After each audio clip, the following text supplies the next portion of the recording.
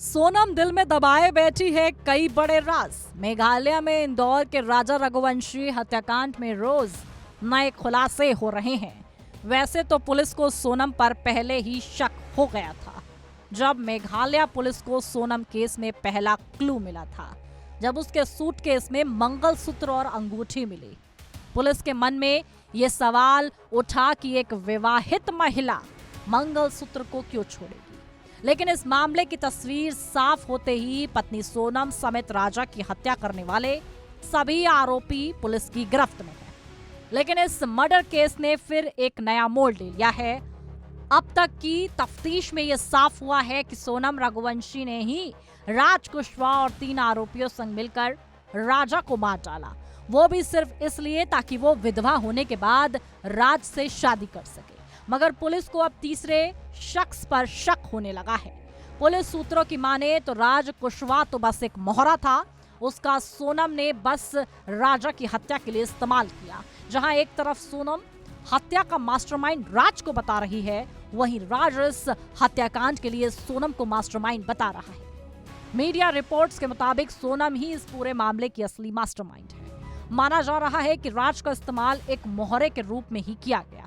सभी आरोपियों से पूछताछ की निगरानी कर रहे वरिष्ठ अधिकारियों का कहना है कि ऐसा प्रतीत हो रहा है कि सोनम ने सभी को झांसे में लेकर उनका इस्तेमाल राजा की हत्या के लिए किया। राज से प्यार का वादा किया तो अन्य को पैसों का लालच दिया। अब तक ये माना जा रहा था कि राज इस पूरे मामले का असली साजिश करता है। उसे सोनम का बॉयफ्रेंड बताया जा रहा था। रिपोर्ट में सूत्रों के हवाले से बताया गया कि इस मामले में और भी बड़े खेल का खुलासा हो सकता है। पुलिस को शक है कि सोनम किसी तीसरे के साथ भागने की फिराक में थी। राज इस बड़े खेल से अनभिज्ञ था और इसलिए वह सोनम रघुवंशी की मदद करता रहा। अब यह तीसरा शख्स कौन है, यह खुलासा होना बाकी है। सोनम का परिवार और प्लाईवुड कंपनी में काम करने वाले लोग ये बार बार दोहरा रहे हैं कि सोनम और राज के बीच प्रेम संबंध नहीं था। सोनम के भाई गोविंद ने भी कहा कि राज सोनम को दीदी बोलता था।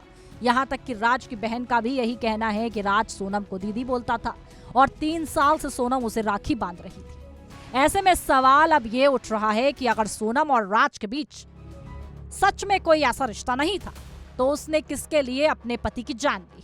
शिलांग पुलिस अब घटना स्थल पर सोनम और अन्य आरोपियों को लेकर जाएगी। फिर वहां क्राइम सीन रिक्रिएट कर सबूत जुटाएगी। इसके बाद आरोपियों को इंदौर भी लाया जाएगा।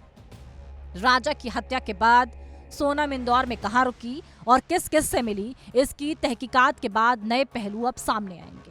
फिलहाल सभी आरोपियों से पूछताछ जारी है। बताया जा रहा है कि सोनम की जब जेल में राज के साथ वीडियो कॉल पर बात कराई तो वो रोने लगी और एक ही बार में राज को देखते ही उसने अपना गुनाह कबूल कर लिया। ऐसे में इस बात से मुंह नहीं मोड़ा जा सकता कि राज इस केस से जुड़ा हुआ नहीं है। लेकिन अब जो जानकारियां सामने आ रही हैं वो ये हैं कि अब एक और शख्स की इस केस में एंट्री हो गई है, जो कि असली प्रेमी है सोनम का। ऐसा शक है कि राज सोनम का प्रेमी नहीं है, कोई और है जिसके लिए सोनम ने राज को मोहरा बनाया, राजा की हत्या की और भागने अपने असली प्रेमी के साथ थी। ऐसे में इस केस में कौन से नए खुलासे होते हैं, तमाम अपडेट के लिए हमारे साथ बने रहें। और इस पूरे मामले पर आपकी सोच, आपकी समझ, आपकी राय क्या है, कमेंट बॉक्स में अपनी राय जरूर पेश करें।